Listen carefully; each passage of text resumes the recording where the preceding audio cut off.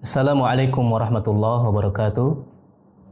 Ikhwah dan akhwat sekalian yang dirahmati oleh Allah Subhanahu wa taala.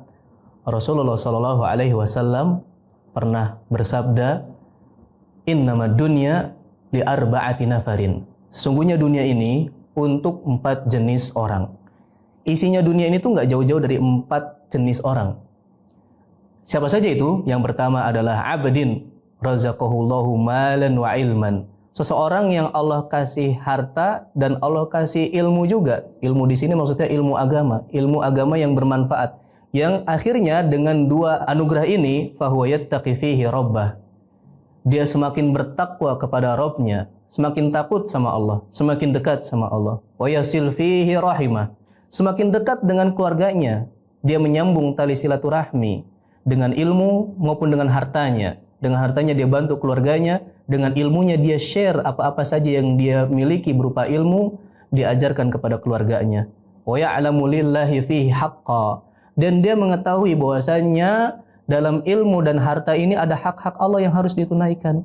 Ada zakat, ada infak, ada sedekah. Kata Rasulullah, fahadha bi afdhalil manazil. Maka orang yang seperti ini posisinya tinggi sekali. Orang the best, posisi nomor 1. Kata para ulama, bahkan ini maksudnya adalah fil jannah. Nanti dia dapat surga di akhirat nanti. Sedangkan yang kedua, abdin razaqahullahu ilman walam yarzuqhu malan. Adalah hamba yang dikasih ilmu, tetapi hartanya enggak banyak, hartanya cukup. Tapi dia punya ilmu agama yang dapat melahirkan ketakwaan dia kepada Allah. Fahuwa shadiqun niyah, dan dia memiliki niat tulus jujur. Dia mengatakan, "Lau anna li malan la amiltu bi amali fulanin." Kalau saya punya harta, saya pengen banget ngelakuin seperti yang dilakukan oleh si fulan. Si fulan siapa? Si fulan di kategori orang yang pertama tadi, yang punya harta, punya ilmu, dia bertakwa, dia menyambung tali silaturahmi, dia tahu ada hak-hak Allah di situ. Dia pengen kayak orang itu. Maka kata Rasulullah SAW, fahuwa biniyatihi fa ajruhuma sawa. Maka orang ini meskipun baru sebatas niat, dia dapat pahala yang sama seperti orang yang pertama. Sedangkan orang yang ketiga, abdin razaqahullahu malan walam yarzuqhu ilman. Seorang hamba yang Allah kasih harta tapi nggak punya ilmu. Ilmu agamanya minim, ilmu agamanya barangkali juga nggak ada. Fahuwa yakhbitu fi malihi bighairi ilm. Dihambur-hamburkan harta itu tanpa landasan ilmu. Karena saking bodohnya dia dengan ilmu agama, dia semena-mena dalam mengelola harta itu.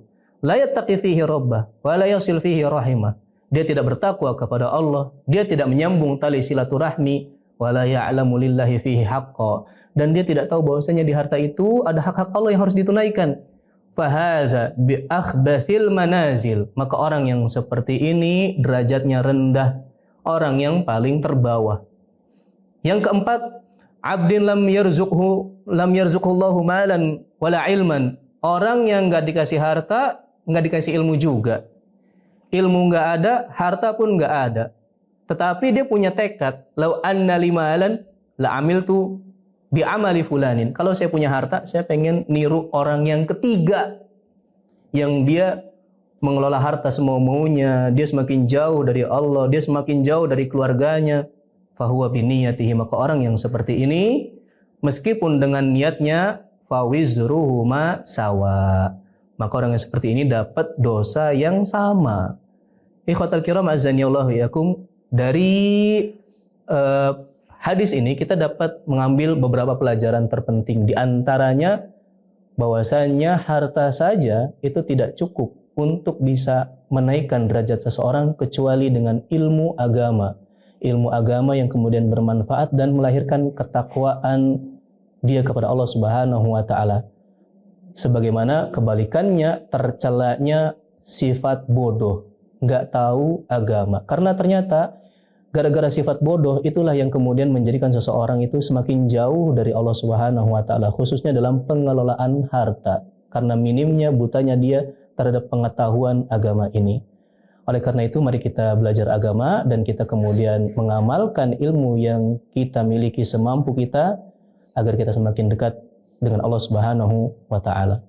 Wallahu a'lam bishawab.